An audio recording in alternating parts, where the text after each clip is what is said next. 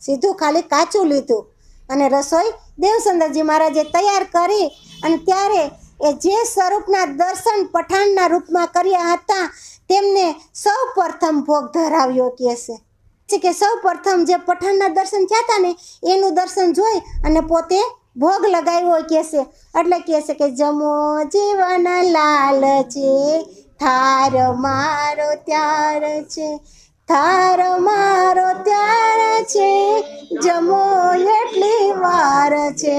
જમો જીવન લાલ છે થાર મારો ત્યાર છે ઉઠો પ્રભુજી બેસો ઈંડોરે ગોપી ઝુલાવા ત્યાર છે જમો જીવન લાલ છે થાર ત્યાર છે થાર મારો ત્યાર છે જમો એટલી વાર છે જમો જીવન લાલ છે એ થાર મારો ત્યાર છે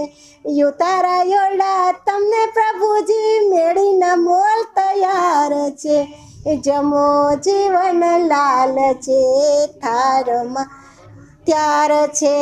દાંતણા દાડમી તમને પ્રભુજી કનેરી કામ તૈયાર છે જમો જીવન લાલ છે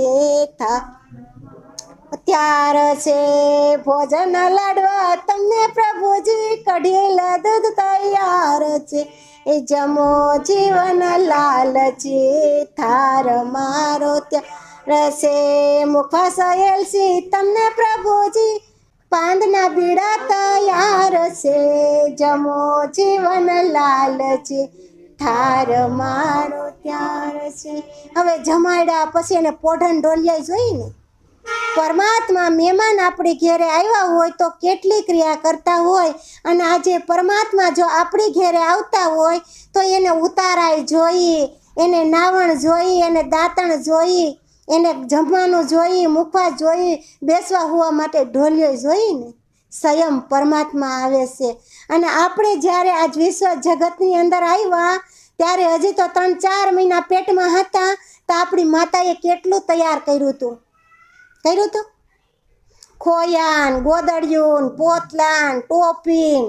ના જાણે કિસ કેટલું તૈયાર કરી લીધું હતું આપણા માટે અને આવ્યા પછી તરત ભોજન પરમાત્માએ દૂધ ધારાવાહી દીધી કેટલી પરમાત્માએ તૈયારી કરી હતી આપણે જગતની અંદર આવ્યા ને ત્યારે આપણા માટે અને તરત ખાવા દાંતની વ્યવસ્થા કરી દીધી કે હવે મોટો છો વરદીનો 2 વરસ ખાઈ લીધું એની માટે હુવા તરત ઘોડિયું હોતઈ દીધું વળી પલંગ ખાટલો હોતઈ દીધો હું